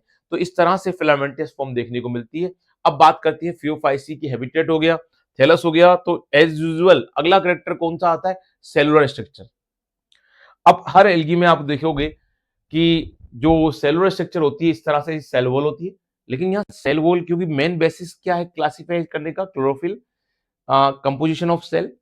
और एक पर्टिकुलरली हमने बतलाया था कि जो हर एल्गी होते हैं उन हर एल्गी के अंदर पर्टिकुलरली क्या होता है, जो क्लासिफिकेशन का जो मेन बेसिस अपन को देखने को मिलता है वो क्या होता है, उसका स्टोर फूड, ठीक है। तो तीन तरह से हम लोगों को इनको बात को ध्यान रखना है। अब सेलुलर स्ट्रक्चर पे हम आ रहे हैं, तो सेलुलर स्ट्रक्चर पे हम लोगों को क्या ध्यान देना है कि जो इनकी सेल वॉल है वो सेल वॉल कैसी होती है एल्जिन और सेलुलोज की बनी होती है। यहाँ पैक्टिन की बात नहीं की जा रही है, किसकी बनी होती है, एल्जिन और सेलुलोज की बनी होती है। ऐसे कुछ वक्यूल्स मिल जाती है देखने को, क्लोरोप्लास्ट मिलता है, न्यूक्लियस मिलता है, और इनका रिजर्व फूड होता है, रिजर्व फूड होता है। ये रिजर्व फूड की बात करी जा रही है, ये इनका न्यूक्लियस है, और ये पर्टिकुलरली क्लोरोप्लास्ट है। अब क्लोरोप्लास्ट में क्या ध्यान रखनी है, क्लोरोप्लास्ट में क्लोरोफिल ए, क्लोरोफिल सी दोनों होते हैं, साथ ही साथ कैरोटीनाइड और ज़ैंथोफिल होता है। याद कीजिएगा, क्लोरोफिल ए और सी तो हमको ब्राउन एल्गी की वजह से पहले से मालूम है फियोफाइसी में, लेकिन कैरोटीनॉइड और ज़ैंथोफिल ये दो और पिगमेंट देखने को मिलते हैं, कैरोटीनॉइड और ज़ैंथोफिल। तो ध्यान रखिएगा इस कंडीशन से। अब इनमें क्या होता है, जो फियोफाइसी के एल्गी होते हैं, इनका कलर वेरी करता है, ग्रीन कलर से लेकर ये धीरे-धीरे ब्राउन कलर तक के होते हैं। तो ये काफ़ी वेरी करते हैं, इनका कलर ग्रीन से ब्राउन तक कलर इनका वेरी करता है। तो ग्रीन से ब्राउन तक कलर वेरी क्यों करता है? क्योंकि ये डिपेंड करेगा कि जो इनमें 2 पिगमेंट्स है, ज़ैंथोफिल और कैरोटीन, ज़ैंथोफिल और कैरोटीन, इसके साथ एक फॉर्म और है, ज़ैंथोफिल के साथ कौन-सी? फ्यूकोज़ैंथीन। पहली बात तो आप ध्यान रखिए, ये ब्राउन एल्गी है, लेकिन कलर वेरी कर रहा है, कुछ का डार्क ग्रीन, कुछ का और डार्क ग्रीन से फिर और डार्क ग्रीन, धीरे-धीरे ब्राउन हो जाता है, तो ये कलर वेरी क्यों करता है? उसकी वजह बतलाई गई है कि इनमें ज़ैंथोफिल के साथ फ्यूकोज़ैंथीन होता है। अब ज़ैंथोफिल और फ्यूकोज़ैंथीन का रेशो कितना है? उस रेशो पे डिपेंड करता है कि ये एल्गी धीरे-धीरे green, green, dark green, dark green, dark green और फिर ब्राउनिश फॉर्म में आ जाते हैं। तो ये किस पे डिपेंड करता है? ज़ैंथोफिल और फ्यूकोज़ैंथीन। ध्यान रखिएगा एफएक्स है कि कोई भी एल्गी में, फियोफाइसी की एल्गी में, उनका कलर अलग-अलग कलर में वेरी क्यों करता है? ग्रीन से ब्राउन तक कलर अलग-अलग देखने को क्यों मिलता है? उसके लिए एक सीधा ध्यान रखना एफएक्स, फ्यूकोज़ैंथीन और ज़ैंथोफिल, फ्यूकोज़ैंथीन और ज़ैंथोफिल, इसकी वजह से ये वेरी करता है। कभी क्वेश्चन आ जाए तो इन दोनों पिगमेंट को ध्यान रखिएगा। ठीक है बच्चों? तो सेलुलर स्ट्रक्चर कैसी होती है? सेलुलोज, एल्जीन और सेलुलोज की बनी होती है। पर्टिकुलरली क्लोरोफिल ए के साथ क्लोरोफिल सी मिलता है। उसके बाद 2 पिगमेंट और हैं, कैरोटीन और ज़ैंथोफिल। ठीक है, अगली बात, ये ग्रीन टू ब्राउन होते हैं, यानी इनका कलर वेरी करता है। वो वेरी क्यों करता है? एफएक्स की वजह से, फ्यूकोज़ैंथीन और ज़ैंथोफिल की वजह से। फ्यूकोज़ैंथीन और ज़ैंथोफिल का रेशो इनमें कितना है, उसी बेसिस पे इनके कलर्स अलग-अलग देखने को मिलते हैं। अगली बात करें, वही रिप्रोडक्शन वाला पार्ट, क्योंकि अगर आपने सेलुलर स्ट्रक्चर को डील कर लिया, क्लोरोप्लास्ट को डील कर लिया, रिजर्व फूड को डिस्कस कर लिया, तो अगली बात इनमें बड़ी इंपॉर्टेंट है, वो क्या है? रिप्रोडक्शन। अब जितने भी एल्गी होते हैं, उन एल्गी में मैंने बता चुका हूँ आपको बार-बार कि जो रिप्रोडक्शन होता है उसका नॉर्मल टाइप क्या होता है? वेजिटेटिव, असेक्सुअल और सेक्सुअल। वेजिटेटिव रिप्रोडक्शन वही एज़ यूजुअल कैसा होता है? फ्रेगमेंटेशन से। कैसा होता है? ये फ्रेगमेंटेशन से देखने को मिलता है। और जो असेक्सुअल रिप्रोडक्शन होता है, उसमें क्या होता है? असेक्सुअल रिप्रोडक्शन में पियर शेप ज़ूस्पोर होते हैं। ज़ूस्पोर का पर्टिकुलरली शेप कैसा होता है? पियर शेप। पियर शेप मतलब इस तरह से शेप होता है, नाशपाती जैसा। लेकिन ये इस तरह के दिखते हैं क्योंकि ये क्या होते हैं, इनमें जो फ्लैजिला होते हैं वो 2 फ्लैजिला साइड से निकलते हैं। एक फ्लैजिला इधर से निकल रहा है, एक फ्लैजिला ऐसे निकल रहा है। तो पियर शेप क्वेश्चन ध्यान रखिएगा, कभी क्वेश्चन कैरेक्टरिस्टिक्स पर आएगा तो साफ-साफ देगा कि जो ज़ूस्पोर होते हैं उनकी स्पेशलिटी क्या होती है? फियोफाइसी में पियर शेप होते हैं, 2 फ्लैजिला होते हैं, इसलिए हमने क्या लिखा? बाइफ्लैजिलेट। और वो कहाँ से निकलते हैं? लैटरल साइड से। एंटीरियर साइड से निकलते हैं। कहाँ से निकलते हैं? लैटरल साइड से निकलते हैं। तो ज़ूस्पोर के थ्रू क्या होता है? असेक्सुअल रिप्रोडक्शन होता है। पियर शेप टाइप के ज़ूस्पोर होते हैं। लैटरल फॉर्म में फ्लैजिला निकलती हैं। ठीक है? ये आपको ध्यान रखना है ज़ूस्पोर की पर्टिकुलर कंडीशन में। अब आते हैं सेक्सुअल रिप्रोडक्शन।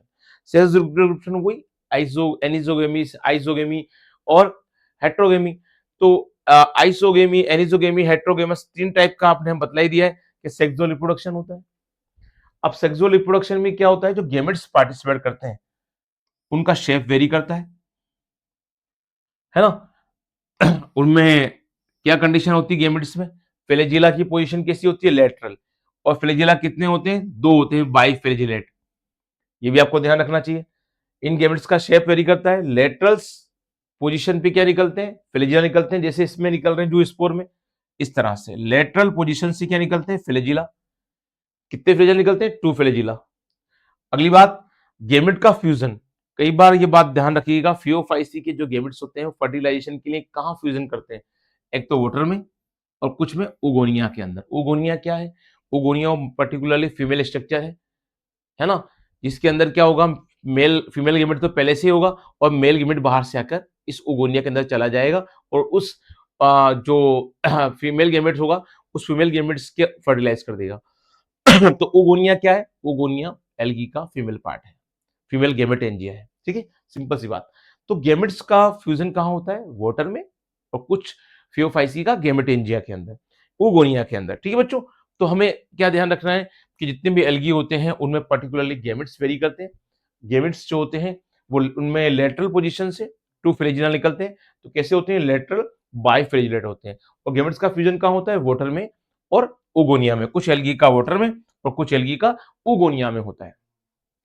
इसके बाद हम लोगों को एक बात समझनी होगी कि जो भी फियोफाइसी के एल्गी होते हैं, जितने भी फियोफाइसी के एल्गी हैं, वो किस तरह के होते हैं। जैसे एक्टोकार्पस, जैसा कि आपको पहले पिक्चर में बताया था, एक्टोकार्पस में इस तरह का देखने को मिलेगा। एक मेन एक्सिस होगी, ये देखिए, ये मेन एक्सिस है और मेन एक्सिस से क्या निकलेंगी? ब्रांच निकलती जाएंगी इस तरह से। और अगर इस डायग्राम को इनलार्ज करते हो तो इस तरह का देखने को मिलेगा, मेन एक्सिस है और उससे ब्रांच निकलेंगी। और ये आप देख रहे हैं कि जो कॉर्न की तरह ही आपको दिख रहे हैं, ये दिख रहे हैं, ये गेमेटेंजिया इनके, ये इनके गेमेटेंजिया है, ये इनके गेमेटेंजिया है, मेल और फीमेल गेमेटेंजिया, जो आप लोगों को इस तरह से देखने को मिल रहे हैं। ठीक है, ये एक्टोकार्पस है। उसके बाद ये नीचे है डिक्टोटा। डिक्टोटा को आप कैसे पहचानेंगे कि डिक्टोटा में जो आपके ये है, ये वाला पार्ट मेन एक्सिस है और इससे ये ब्रांच निकल रही है, ये ब्रांच निकल रही है। हर ब्रांच की एंड कहानी देखना, मान लो ये ब्रांच आगे आगे जाती है, इस तरह से हो जाएगी, ये ब्रांच आगे जाएगी, इस तरह से हो जाएगी, फिर ये ब्रांच आगे जाएगी, इस तरह से हो जाएगी। तो ऐसे आपको किसमें देखने को मिलेगा? डिक्टोटा में, पर्टिकुलरली मेन एक्सिस से निकलने वाली ब्रांचेस ऐसी होंगी। अगर हम बात कर रहे हैं लेमिनेरिया की, कौन से की? थर्ड टाइप फियोफाइसी में लेमिनेरिया। लेमिनेरिया है सॉफ्टी की तरह दिखाई देगा आपको, जिसमें इस तरह की जो स्ट्रक्चर होगी, ऐसा लगेगा कि ये लीव्स है। क्या है? लीफ है। लेकिन लीव्स या लीफ नहीं होती हैं, ये पर्टिकुलर लीव जैसे दिखती है, इनको कहते हैं लेमिना।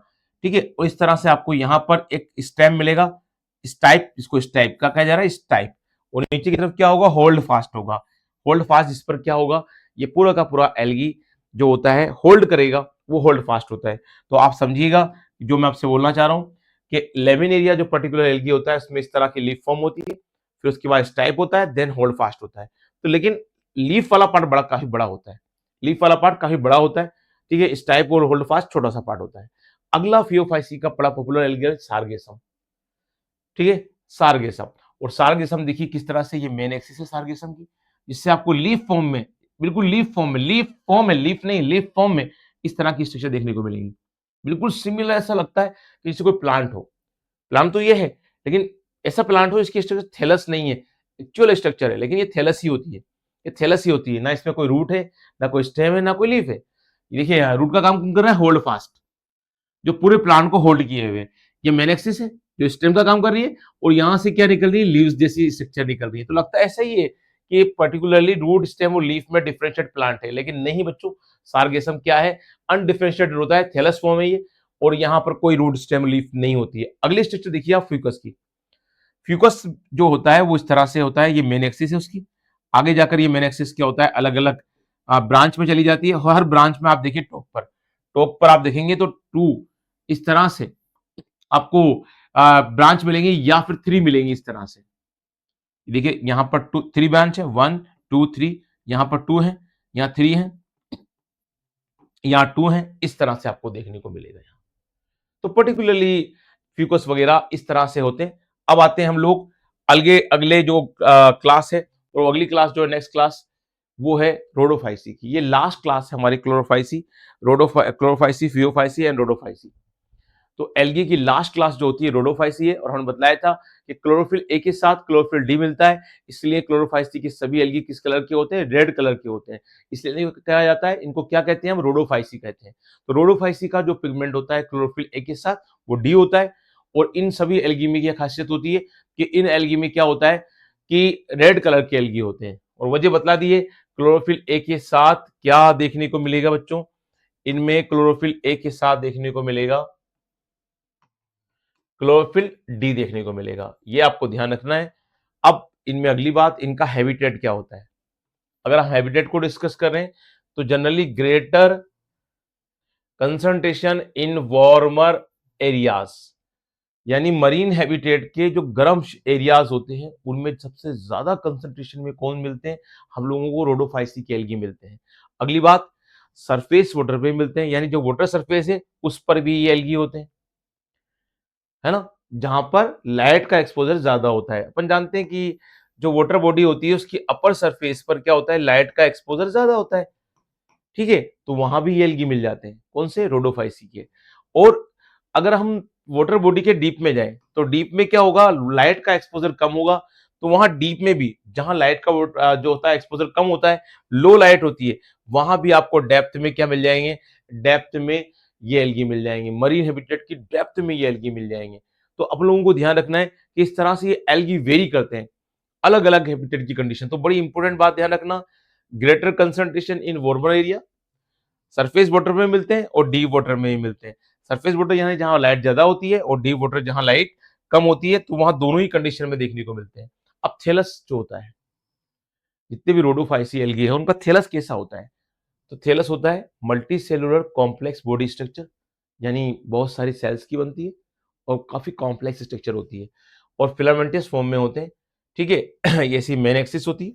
आप देखिए ये एल्गी है पॉलीसाइफोनिया, इसमें मेन एक्सिस है और उस मेन एक्सिस से बच्चों क्या निकल रही है यहाँ पर, अगर हम देख रहे हैं बड़े ध्यान से, तो ये मेन एक्सिस है और मेन एक्सिस से ब्रांच निकल रही है, ये ब्रांच इस तरह से देखने को मिल रहा है। यहाँ पर भी मेन एक्सिस है और इससे ब्रांच निकल रही है, यहाँ से भी ब्रांच निकल रही है ना। तो ये पर्टिकुलरली आप देखते हैं कि इस तरह से ये होते हैं, इनमें मेन एक्सिस होती है, उससे क्या निकलती है, ब्रांच निकलती है, जैसा कि हमने पहले ही बतला दिया है। ये पहला एग्जाम्पल देखिएगा पोरफायरा है और दूसरा कौन सा है, पोलीसाइफोनिया। पोलीफायरा के बाद कौन सा है, पोलीसाइफोनिया। ऐसे दो एल्गी आपको देखने को मिलेंगे। तो ये बिल्कुल ऐसा लग रहा है जैसे कोई मशरूम फॉर्म हो। तो दोनों की स्ट्रक्चर ध्यान रखना, ये पोरफायरा है और वो पोलीसाइफोनिया है। चलिए अगली बात हम करते हैं। तो अगली बात में हमको सेलुलर स्ट्रक्चर ध्यान रखनी है, वही कॉमन सेलुलर स्ट्रक्चर है, बाहर की तरफ सेल वॉल है। और सेल वॉल किस केमिकल कंपोजिशन वाली है, सेल वॉल में सेलुलोज और पैक्टिन दोनों है, जस्ट लाइक क्लोरोफाइसी। लेकिन इसके साथ वो क्या मिलेगा, जाइलन, ग्लैक्टोज, पॉलीयूरोनिक एसिड और पॉलीसल्फेट एस्टर।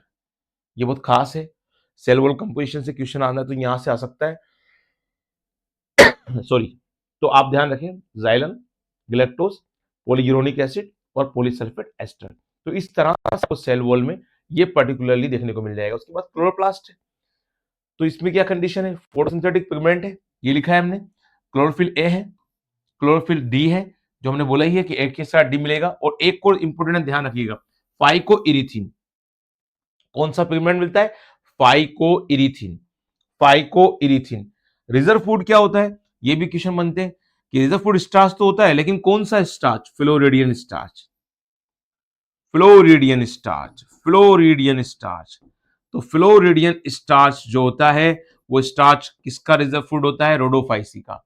ठीक है, और ये बताया जा रहा है कि जो हम केमिस्ट्री पढ़ते हैं वहां भी आता है कि जो स्टार्च की फॉर्म होती है वो किसकी बनी होती है, ये इमाइलोपैक्टिन और ग्लाइकोजन, इमाइलोपैक्टिन और ग्लाइकोजन। ये हम जानते हैं, केमिस्ट्री में भी आता है, स्टार्च की फॉर्म किसकी फॉर्म में होती है, एमाइलोज, इमाइलोपैक्टिन और ग्लाइकोजन की फॉर्म में। तो जनरली ध्यान रखिएगा इनका रिजर्व फूड क्या है, फ्लोरिडियन स्टार्च है। ठीक है, फोटोसिंथेटिक पिगमेंट कौन सा होता है, एक के साथ डी होता है और साथ ही साथ कौन मिलता है, फाइको इरिथीन मिलता है। अगली बात कि इनकी जो सेल वॉल होती है उसमें सेलुलोज और पैक्टिन की बनी होती है, साथ में जाइलन, ग्लैक्टोज, पॉलीयूरोनिक एसिड और पॉलीसल्फेट एस्टर ये देखने को मिलते हैं। ठीक है बच्चों, इसके बाद हमको क्या ध्यान रखना है कि जितने भी रोडोफाइसी के एल्गी होते हैं, इन रोडोफाइसी की एल्गी में रिप्रोडक्शन वही as usual, vegetative reproduction, asexual reproduction और सेक्सुअल रिप्रोडक्शन, इन अलग अलग टाइप से देखने को मिलता है। ठीक है, इन थ्री टाइप्स के आपको पर्टिकुलर देखने को मिल जाएगा, वेजिटेटिव, असेक्सुअल और सेक्सुअल। वेजिटेटिव का वही एज यूजुअल तरीका, फ्रेगमेंटेशन। ठीक है, सेक्सुअल वही non motile spore, non motile spore को क्या बोलते हैं हम, अप्लेनोस्पोर। ठीक है, अनफेवरेबल कंडीशन में बनते बतलाया था मैंने, उनके थ्रू होगा।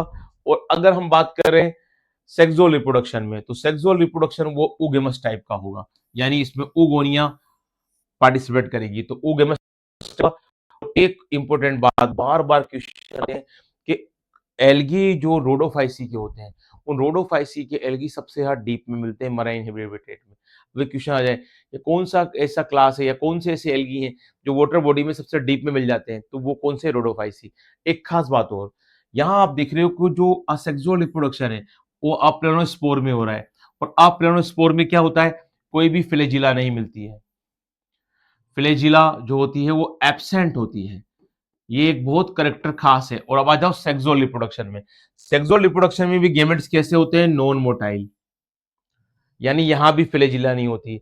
तो अगर गेमेट्स की बात कर लें तो वो भी नॉन मोटाइल है, यानी गेमेट जो है उनमें फ्लैजिला नहीं है। और अगर हम बात करें असेक्सुअल रिप्रोडक्शन, वो भी अप्लानोस्पोर है, उनमें फ्लैजिला नहीं है, यानी इनके किसी भी गेमेट्स में, इनके किसी भी स्पोर में फ्लैजिला नहीं होती। ये फ्लैजिला लेस एल्गी हैं, डीप वाटर में मिलते हैं। ठीक है, तो इस तरह से इनकी करेक्टरिस्टिक्स ध्यान रखिएगा, ये बहुत खास करेक्टरिस्टिक्स है और नीट एग्जाम में कई बार पूछा गया है इससे रिलेटेड क्वेश्चन। ठीक है, तो ये आपको ध्यान रखना चाहिए कि नॉन मोटाइल गैमेट्स किसके होते हैं? रोडोफाइसी के होते हैं। नॉन मोटाइल स्पोर किसके होते हैं? रोडोफाइसी में होते हैं। ठीक है बच्चों, तो ये आपको ध्यान रखना चाहिए। अब आते हैं हम लास्ट स्लाइड पर, और वो लास्ट स्लाइड रिलेटेड है हम लोगों के एग्जाम्पल्स ऑफ रोडोफाइसी के। तो ये तो देख लिया हम लोगों ने, पोरफायरा को हमने देख ही लिया है पहले, और पोलीसाइफोनिया को भी देख लिया कि इस तरह से पोलीसाइफोनिया दिखता है और ये पोरफायरा है। इसके बाद एक एल्गी और है जो पॉपुलर है, दो एल्गी हैं, एक तो ग्रेसिलेरिया और एक जेलेडियम। एक ग्रेसिलेरिया और एक जेलेडियम। कई बार क्वेश्चन आता है कि एक केमिकल है जो हमारी केमिस्ट्री में भी काम आता है और बायो में भी काम आता है, एगार एगार। तो ये एगर एगर जो जेली जैसा होता है, ये किससे मिलता है? ग्रेसिलेरिया और जेलेडियम से मिलता है। ध्यान रखिएगा यहीं से, ग्रेसिलेरिया और जेलेडियम ऐसे पर्टिकुलर एल्गी हैं जिनसे एगर एगर जेली बनती है। ठीक है, और दिखने में कैसे होते हैं आप देखिए, बिल्कुल सेम है जैसा हम पढ़ रहे हैं। ये मेन एक्सिस है जेलेडियम की, और इस मेन एक्सिस से क्या हो रहा है बच्चों? ये ब्रांचेस निकल रही हैं और बिल्कुल लीफ फॉर्म में लग रहा है। फिलामेंटस फॉर्म कैसे लग रही है? प्लांट फॉर्म लग रही है बिल्कुल, लेकिन होती नहीं है। मेन एक्सिस होती है, ये स्टेम नहीं है, मेन एक्सिस है, और इससे ब्रांच निकल रही है। ठीक है, और ये लीव जैसी स्ट्रक्चर दिखाई दे रही है आपको, लीव जैसी स्ट्रक्चर, लीव नहीं है, लीफ फॉर्म है। अब उधर देखिए आप ग्रेसिलेरिया में, ग्रेसिलेरिया में भी क्या है? वही सेम स्ट्रक्चर है, ये मेन एक्सिस है, इससे ब्रांचेस निकल रही है। ठीक है, तो पर्टिकुलरली ग्लेशियल एरिया जो होता है उसमें भी इस तरह की स्ट्रक्चर होती है। तो इस तरह से अगर आप ध्यान दे रहे हैं तो हम एल्गी में अलग अलग तीनों क्लासेस को डील कर लिए हैं कि किस तरह से कोई भी एल्गी के जो बेसिक कैरेक्टरिस्टिक्स होते हैं, क्लोरोफाइसी क्या होता है, फियोफाइसी क्या होता है, रोडोफाइसी क्या होता है, क्लोरोफाइसी का पिगमेंट कौन सा होता है, फियोफाइसी का पिगमेंट कौन सा होता है, रोडोफाइसी का पिगमेंट कौन सा होता है। तो क्लासिफिकेशन में हमको कैसे ध्यान रखना है? हर क्लासिफिकेशन में एल्गी के जो कैरेक्टरिस्टिक्स होते हैं वो उस क्लास के कैरेक्टरिस्टिक्स कौन कौन से हैं। क्लोरोफाइसी का हैबिटेट क्या है, फियोफाइसी का हैबिटेट क्या है, रोडोफाइसी का हैबिटेट क्या है, ये हमको ध्यान रखना चाहिए। क्लोरोफाइसी की सेलुलर स्ट्रक्चर कैसी है, सेल वॉल किस तरह से, क्लोरोप्लास्ट कौन सा है, क्लोरोफिल कौन सा है, रिजर्व फूड कौन सा है। थर्ड चीज कि जो क्लासे हैं उन क्लासेस में सेक्सुअल, असेक्सुअल और वेजिटेटिव रिप्रोडक्शन कैसे होता है।